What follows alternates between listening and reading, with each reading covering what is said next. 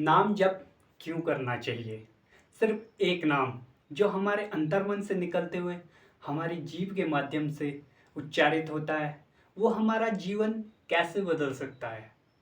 क्या वास्तव में शिव, कृष्ण, नारायण, राम एवं राधा नाम लेने से या सिर्फ कह देने से हमारे जीवन में आध्यात्मिक परिवर्तन होता है? अगर ऐसा नहीं है तो हमारे ऋषि मुनि, संत, महापुरुष, यहाँ तक कि रामायण, भगवत गीता, भागवत महापुराण और उपनिषद जैसे महान ग्रंथों और शास्त्रों में भी ये लिखा गया है, जो कि हमारे शास्त्र बार बार हमसे कहते हैं कि कलयुग में भगवान का नाम ही सबसे बड़ा सहारा है। और मैं आपको ये चीज़ें ऐसे ही नहीं बता रहा हूँ। मैंने भगवत गीता में भी पढ़ा है, मैंने रामायण में भी पढ़ा है, भागवत गीता पर मैंने पूरे 18 अध्यायों की वीडियो, अलग अलग वीडियो बनाई है। आप जाके मेरे चैनल पर देख सकते हैं। तो आज हम इस वीडियो में जानेंगे कि नाम जप क्यों करना चाहिए, इसके पीछे का रहस्य क्या है। आज हर किसी के जीवन में एक सहारे की ज़रूरत होती है। हर किसी का मन परेशान है, कोई धन से, कोई रिश्तों से, कोई सफलता से, तो कोई प्रसिद्धि से। लेकिन इन सब में से भी कोई स्थायी चीज़ हमें शांति नहीं दे सकती है। मन को जितना संसार में मिलाओगे उतनी उसकी इच्छाएं बढ़ती रहेंगी। आज आपके पास सब सुख सुविधाएं हैं, खुद को व्यस्त रखने के लिए आपके पास काम भी है, लेकिन उसके पश्चात भी आपके मन को शांति नहीं मिलती है। तो ऐसे ही जीवन के लिए, ऐसे ही समय के लिए हमारे शास्त्र बार बार कहते हैं और सरल उपाय बताते हैं कि भगवान का नाम जप। लेकिन कोई शास्त्रों को खोले तब न ये चीज़ें पता चलेंगी। नाम जप केवल शब्दों को दोहराना नहीं है, ये साधारण उपाय सबसे गहरा आध्यात्मिक विज्ञान है। ये अपने इस चंचल मन को भगवान की ओर ले जाने के लिए एक साधना है। नाम जप का पहला रहस्य है कि जब भक्त अपने भगवान को पुकारता है तो भगवान दौड़े दौड़े चले आते हैं। नाम जप पहले आपकी परिस्थितियां नहीं बदलता है। नाम जप सबसे पहले जो साधक होता है उसके हृदय में परिवर्तन लाता है। और जब मनुष्य के भीतर परिवर्तन आना शुरू हो जाता है तो बाहर का जो जीवन है वो स्वतः ही बदलने लगता है। अब प्रश्न ये है कि आखिर भगवान के नाम जप में ऐसी कौन सी शक्ति है कि संत उसे भगवान के नाम के समान मानते हैं। तो तुलसीदास जी ने श्री रामचरितमानस के उत्तरकांड के 102 ख दोहे में लिखा है कि कृतयुग त्रेता द्वापर पूजा मख अरु जोग, जो गति होई सो कली, हरि नाम ते पावहि लोग। कृतयुग यानी कि सतयुग, सतयुग, त्रेता और द्वापर में जो गति यज्ञ, पूजा और योग से प्राप्त होती है, वही गति कलयुग में भगवान का नाम लेने से ही, ईश्वर का नाम लेने से ही पा लेते हैं। आगे मैं आपको ऐसे ही उदाहरण देता रहूँगा। इस वीडियो को अंत तक जरूर देखिएगा। अब थोड़ा एग्जाम्पल से समझते हैं। कोई भीड़ में आपका नाम पुकारता है, भले वहाँ 10 लोग होंगे लेकिन कान तो आपके भी खड़े होंगे, क्योंकि नाम केवल ध्वनि नहीं है, वो आपकी पहचान होती है, वो आपकी पहचान से जुड़ा होता है। ठीक उसी प्रकार भगवान का नाम भी ध्वनि नहीं है, वो स्वयं भगवान से जुड़ा हुआ है। जब कोई भगवान का नाम श्रद्धा, भक्ति और प्रेम से लेता है तो वो केवल शब्दों का उच्चारण नहीं करता, वो स्वयं को उस परम ब्रह्म चेतना से जोड़ने का प्रयास करता है। दूसरा एग्जाम्पल, अगर सूर्य की एक किरण अंधकार को दूर कर सकती है तो उस परम प्रकाश के नाम में कितनी शक्ति होगी, जिससे कि ये पूरा ब्रह्मांड प्रकाशित होता है। उस परम ब्रह्म रूपी, उस शिव रूपी, उस राम रूपी, उस कृष्ण रूपी दिव्य चेतना को पहचानने के लिए जानने के लिए एकमात्र साधन है नाम जप। जब आप नाम जप से उस दिव्य चेतना से जुड़ने का प्रयास करते हैं तो आपकी जो विषयासक्ति होती है, काम, क्रोध, मद, लोभ, लालच, तो ये उनसे दूर होती चली जाती है। और जब ये विषयासक्ति आपके अंदर ना हो, जब इंद्रियां आपकी संयमित हो जाती है, जब संयम हो जाती है इंद्रियां, तो आप उस परम ब्रह्म रूपी तत्व में एकाएक हो जाते हैं। अब प्रश्न ये है कि क्या कलयुग में नाम जप की शक्ति और अधिक हो जाती है?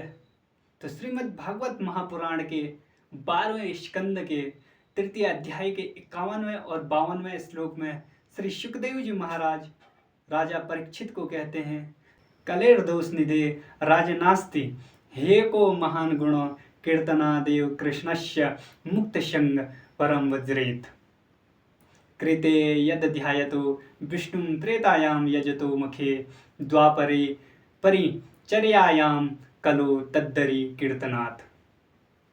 इसका अर्थ है कि हे परीक्षित, यूं तो कलयुग दोषों का खजाना है, दोषों का समुद्र है, परंतु इसमें एक बहुत बड़ा गुण है।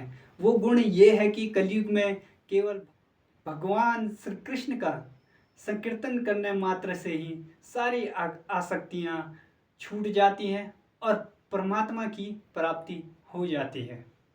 सतयुग में भगवान का ध्यान करने से, त्रेता में बड़े बड़े यज्ञों के द्वारा उनकी आराधना करने से, और द्वापर में विधि पूर्वक उनकी पूजा सेवा से जो फल मिलता है, वो कलयुग में केवल भगवान का नाम कीर्तन करने से ही प्राप्त हो जाता है। तो भगवान ने एक सरल साधन दिया है। भगवान ने कलयुग के मनुष्य की स्थिति को देख करके सबसे सरल साधन दिया है।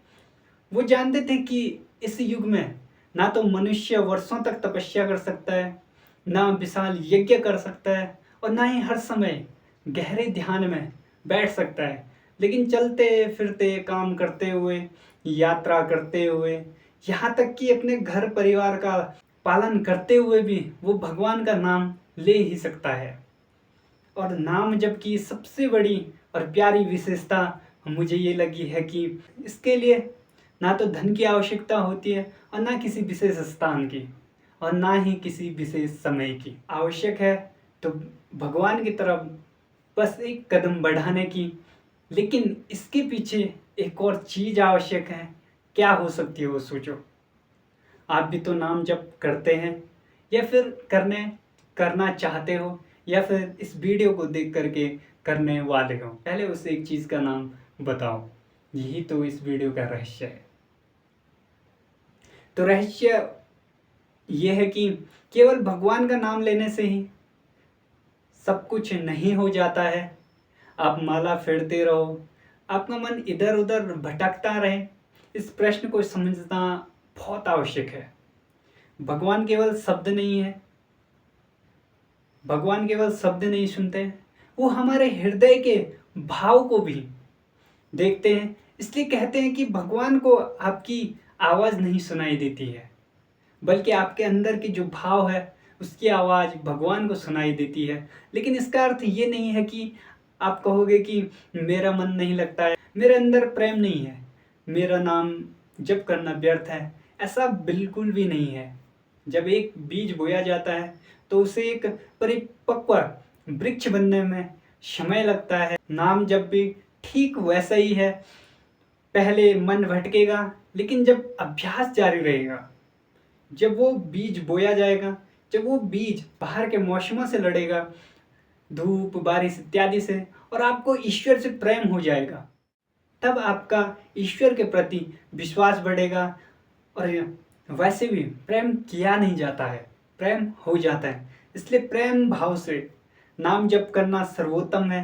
नाम जप करते करते जब भाव जागता है, उसके पश्चात केवल प्रभु और आप ही रह जाते हैं। आपको वैराग्य धारण करना होता है। वैराग्य का मतलब ये नहीं है कि आप हिमालय पर जाकर तपस्या करने लगे। वैराग्य का मतलब ये है कि आप इन सांसारिक मोहों से दूर हो जाते हैं, विषयासक्ति आपसे दूर हो जाती है। तो मैं आपको नाम जप क्यों करना चाहिए, इसके बहुत सारे कारण बता सकता हूँ। सर्वप्रथम, नाम जप करने से मन शुद्ध होता है। जैसे साफ पानी गंदगी को साफ करता है, उसी तरह भगवान का नाम लेने से आपका मन पवित्र होता है।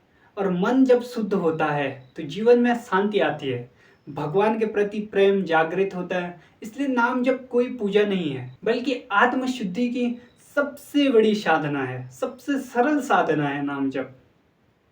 दूसरा कारण है, नाम जप ईश्वर से हमारा संबंध जोड़ता है।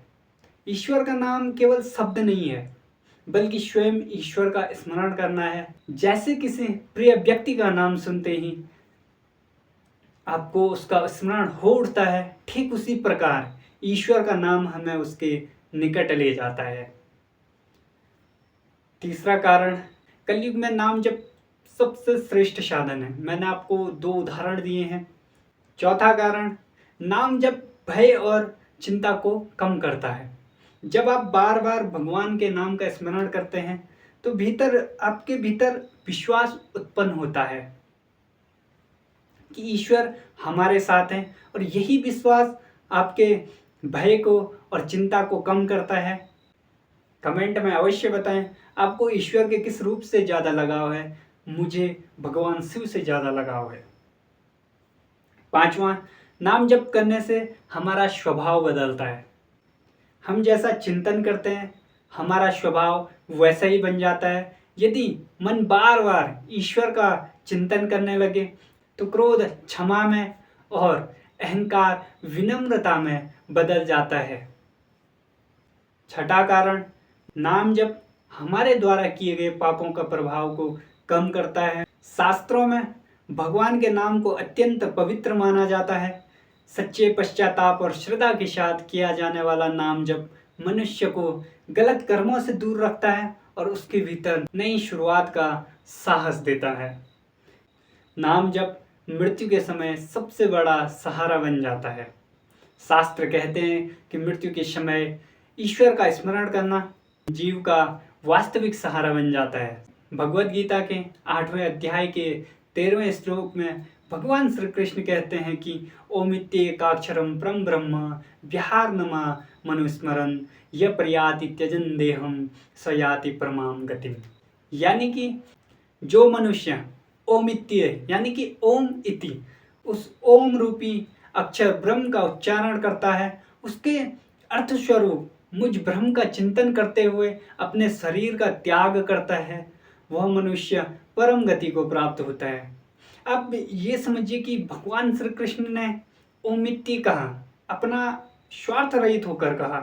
वो ये भी कह सकते थे कि कृष्ण का नाम लो, उन्होंने ऐसा नहीं कहा। उन्होंने कहा कि ओम इति, ओम इति, आप केवल ओम का जाप करो, ओम का उच्चारण करो, उसी से ही आपको परम गति प्राप्त हो सकती है।